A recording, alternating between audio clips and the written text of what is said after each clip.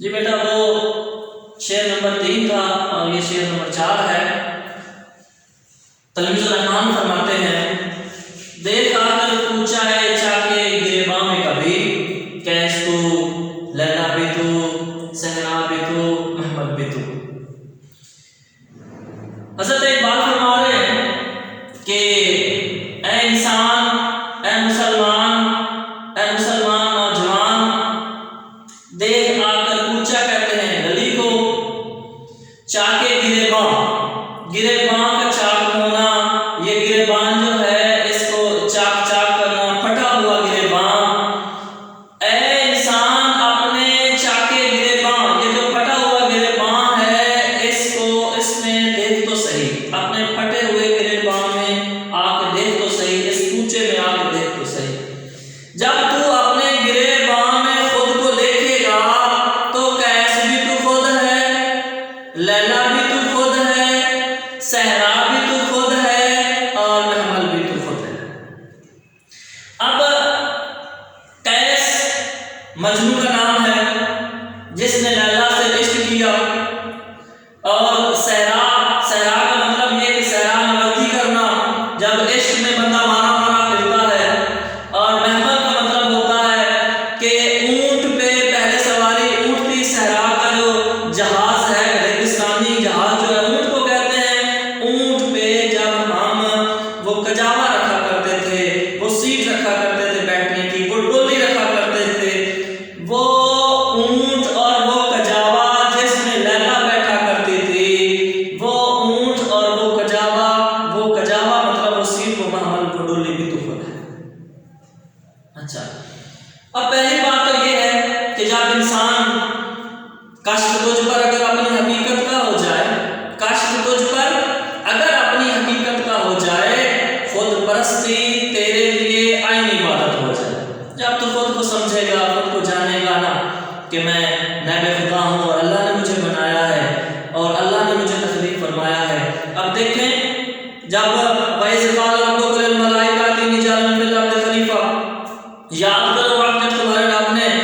فرشتوں سے فرمایا کہ میں زمین پہ اپنا نیب بنانے والا ہوں۔ بھائی ہم اللہ کے نیب ہیں،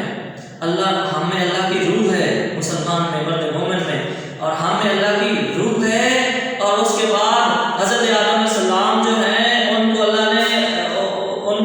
فرشتوں کو اللہ نے حکم دیا کہ ان کو سجدہ کرو۔ حضرت آدم علیہ السلام کو فرشتوں نے سجدہ کیا،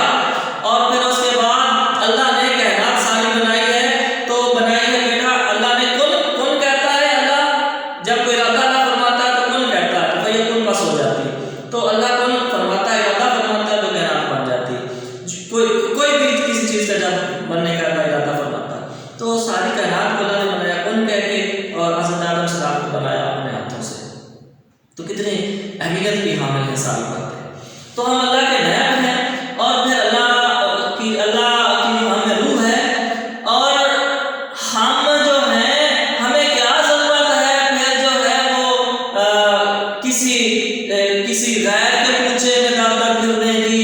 غیر کے ہاں صحرا نوردی کرنے کی، اور ہم غیروں کی طرف کیوں جائیں؟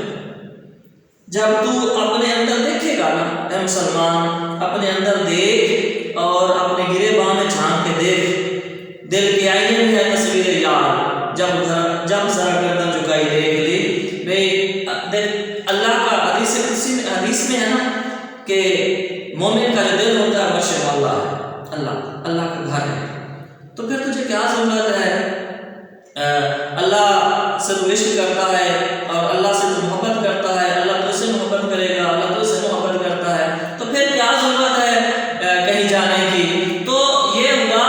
کہ تو عاشق بھی تو خود ہے، جیسا کہ اللہ عاشق ہے اور معشوق بھی ہے، تو عاشق بھی خود ہے اور معشوق بھی خود ہے، تو قیس بھی ہے، قیس عاشق ہے لیلا کا، تو جو ہے جب خود کو اپنے جانے گا، پہچانے گا، دیکھے گا کہ میں کون ہوں، میں کیا ہوں، تو پھر عاشق بھی تو خود ہے، معشوق بھی تو خود ہے، اور جس صحرا نوردی میں تو صحرا نوردی کرتا ہے وہ صحرا بھی تو خود ہے، اور جو سواری ہے لیلا کی، کجاوا جو ہے وہ کجاوا بھی تو خود ہے۔ اپنے اندر دیکھ تو صحیح، تو تجھے اپنی ذات سے عشق ہو جائے گا، اپنے آپ کو پرکھ تو صحیح، اپنے آپ کو دیکھ تو صحیح۔ اور ہاں ہے نا